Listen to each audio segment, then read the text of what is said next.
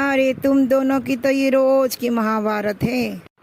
अरे मैं तो चली अपनी सीरियल देखने, नहीं तो फिर मुझे रिपीट में देखना पड़ेगा। रमन भैया तो ये भी तो नियम किया है ना, जो बिजली का वेस्टेज करेगा वही बिजली का बिल भरेगा। मैं भी देखती हूँ, अगर मैंने शर्मिष्ठा भाभी से बिल नहीं भरवाया तो मेरा नाम भी रीना नहीं।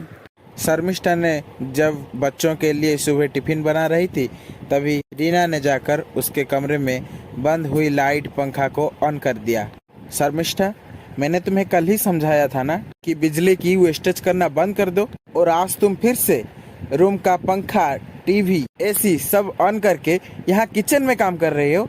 एक बार में बात नहीं समझ आती है क्या? अरे मैं तो सब कुछ बंद करके आई थी, ऐसा कैसे हो सकता है?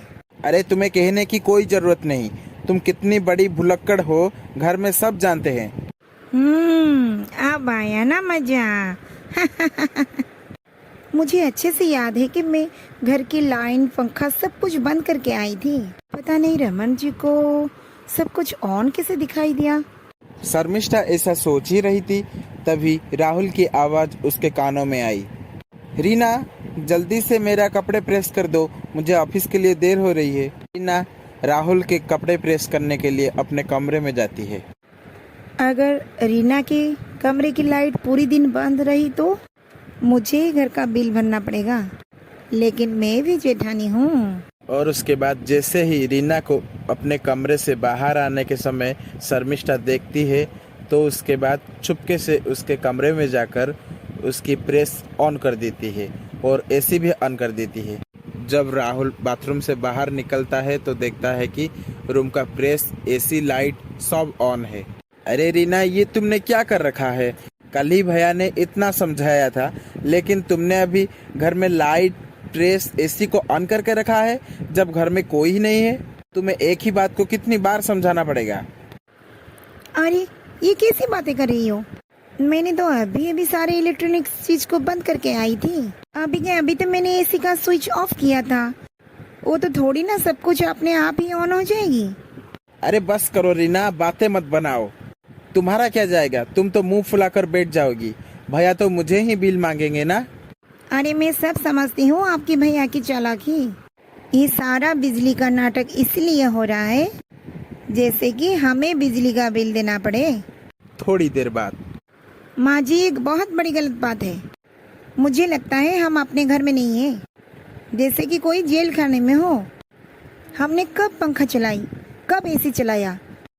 क्या हर बात पर हमें जवाब देना पड़ेगा? अरे घर में इतने सारे लोग रहते हैं तो क्या बिजली का बिल नहीं आएगा? अरे ये तो सच बात है, घर में उसी की हुक्म चलेगी जो ज्यादा पैसा कमाता है। और मेरे राहुल जी तो पैसे कम कमाते हैं ना, फिर वो क्या 15,000 के बिल दे पाएंगे? ये सब हमें फंसाने की एक साजिश है। अरे देखो छोटी बहू, ज्यादा बातें मत बनाओ। तुम्हारा पति कितना कम कमाता है हम सब जानते हैं। पैसा कम है तो हर महीने कैसे शॉपिंग करते हो भरा भरा का? पैसा कम है उसी समय तो ये याद नहीं रहता है।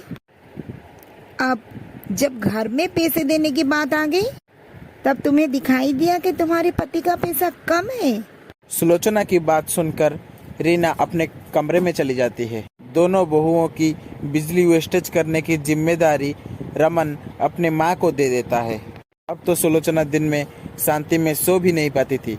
कब तो वो बड़ी बहू के कमरे में जाती थी और कब वो छोटी बहू के कमरे में जाती थी। एक हफ्ते में सुलोचना इस चौकीदारी के काम से तंग आ गई और उसके बाद दोनों बहुएं छुप छुप कर कभी एक दूसरे की घर की लाइट, पंखा जला देती तो कभी दूसरे एक की।